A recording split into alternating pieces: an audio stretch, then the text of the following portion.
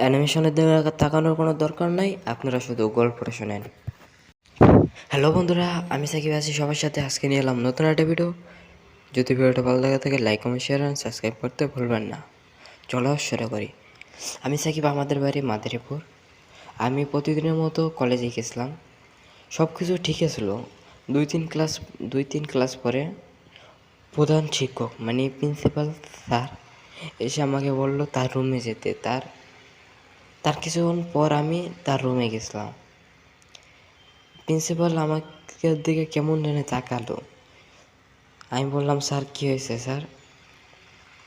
Sir বলল, তুই তোর বাবাকে ফোন দে। আমি আব্বুকে ফোন দিলাম। তারপর আব্বু আসলে আসে বলল কি, স্যার কী হয়েছে ওর, আপনি ফোন দিয়েছেন কেন? প্রিন্সিপাল স্যার বলল, তোমার পোলা তো চেয়ারম্যানের মেয়েকে ইফটিজিং করছে। এটা শুনে ভাই আমি অবাক হয়ে গেছি। আমি এটা করিনি ভাই, তাও এইসব।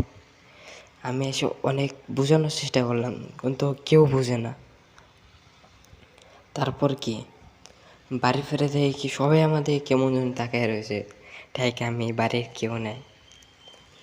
তারপর মা বলল, তুই কি এইসব করস স্কুলে যায়? ভাই আমি শুনে ভাই আমার মাথা একদম গরম হয়ে গেছে। আমি ভাবছি বাড়ি থেকে চলে যাব। আব্বু বলল কি, যা, তোর মতো ছেলে এখানে থাকাচ্ছে না থাকে বলো। তারপর আমি এটা শুনে ভাই আমি তাড়াতাড়ি ব্যাগ বুক গুছিয়ে আমি বাড়ি থেকে চলে যাব।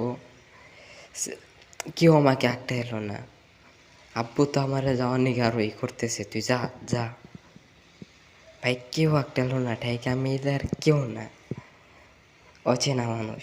তারপর কি বাড়ি থেকে বেরিয়ে গেলাম।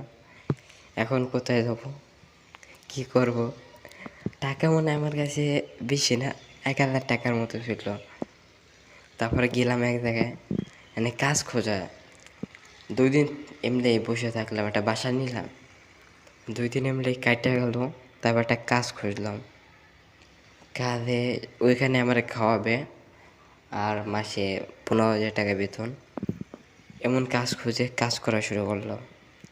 আস্তে আস্তে ওই কাজে আমি অনেক দক্ষ হয়ে গেলাম। তারপরে আজকের ভিডিওটা এই পর্যন্ত। যদি ভিডিওটা ভালো লাগে তাহলে লাইক কমেন্ট শেয়ার আর সাবস্ক্রাইব করতে ভুলবেন না। আর এটা দ্বিতীয় পার্ট অনেক তাড়াতাড়ি আসতে চলেছে।